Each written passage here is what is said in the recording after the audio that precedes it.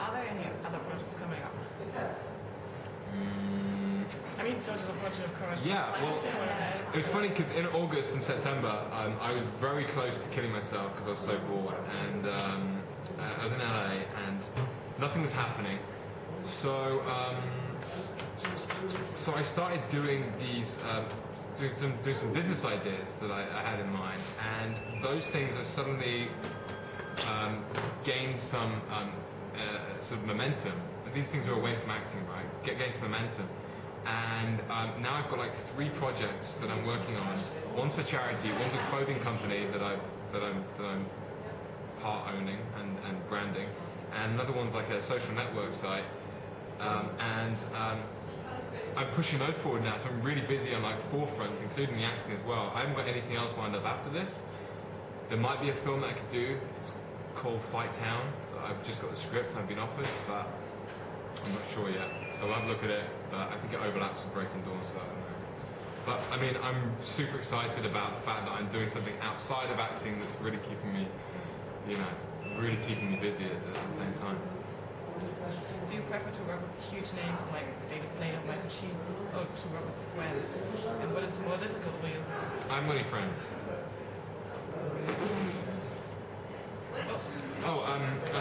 No, because, you know, obviously you got to work with big guys. You know, that's the way you learn, really. And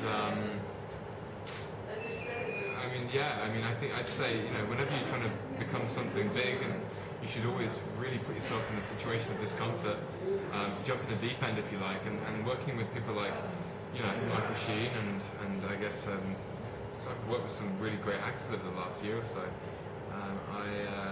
You know, putting yourself up against those guys and acquitting yourself well, you can't really do any more than that, and you just keep moving on and moving on and moving on. That's just the way I've lived life all the way. Just jump in the deep end. Of all your roles you've played so far, which one is most similar to your own personality? Dimitri, for sure. Actually, you know what? I mean, every single role I do, I find something that's me inside it. Otherwise, I wasn't good for the role. Really, I mean, I know I can play some characters. I can play characters out there, but every character is part of me. And I'm not interested in playing characters that I haven't got a passion in, and that are not like an exaggerated manifestation of something inside me. I mean, Dimitri's I have this flamboyant side within me that really wants to just like be a complete showboat, and it's very matadorian and like flamboyant, you know, very kind of like look at me and arrogant as shit. And that's definitely part of me, but so was the guy. I mean, do I keep talking? But like the role I played in Like Crazy, that was part of me as well. I'm romantic, and you know, I do want love. And you know, when I was on set for Like Crazy, I fell in love with this girl like on set, because I was just so into my character, and it was all improv, and I was just like, you know, we had like simulated sex, and like we were. Like everything, we went through everything. It was a crazy day. But like every role you play, you know, you have to find something within you that is so. Yeah. It's like that was Like Crazy. Slightly Single LA was just a cameo role, but I played this like jumped up little gym boy, like Brad Pitt out of Burn After Reading. And he's just like way too much energy, he's way too into his body, and he just like completely puts this chick off. It's hilarious. What do you think about the attention you get now since playing Dimitri? Would you prefer to get the attention because of another role, or do you take it as a perfect start of your career? Well, I love the character, so I mean, I can't really ask anything more. You haven't even seen the character yet. You really haven't seen what I've got for this guy, and I can't wait to show everyone how dangerous this character is and how wonderful he is, and just how charming he is. Hey, oh yeah, sorry, we've got an interview going here. Sorry for that.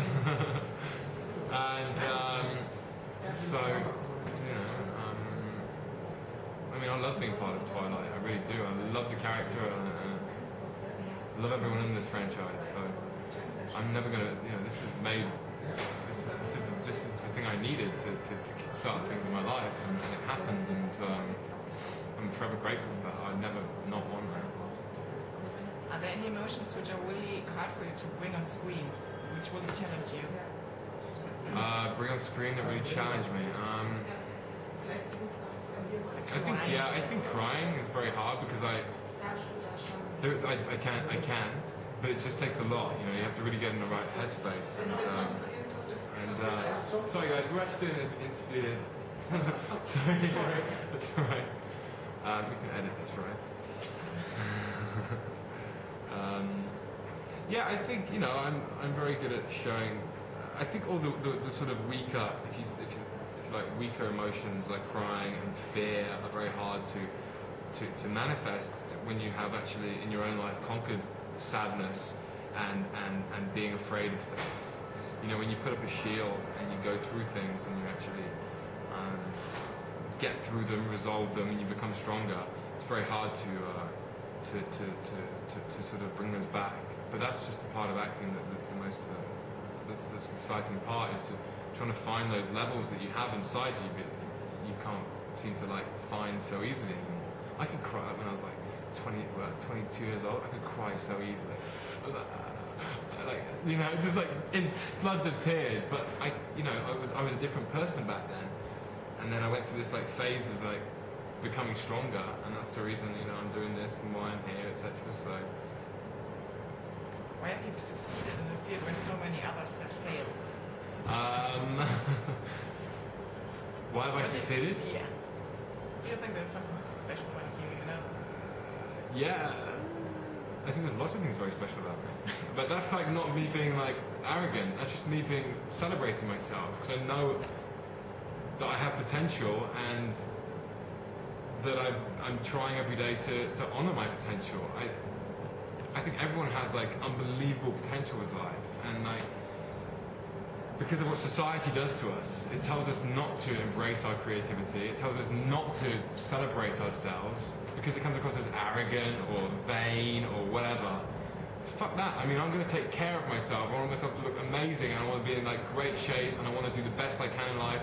And if there's anyone out there who's telling me to do differently, then screw them. They can bugger off. And unfortunately, most people in society will try and do that.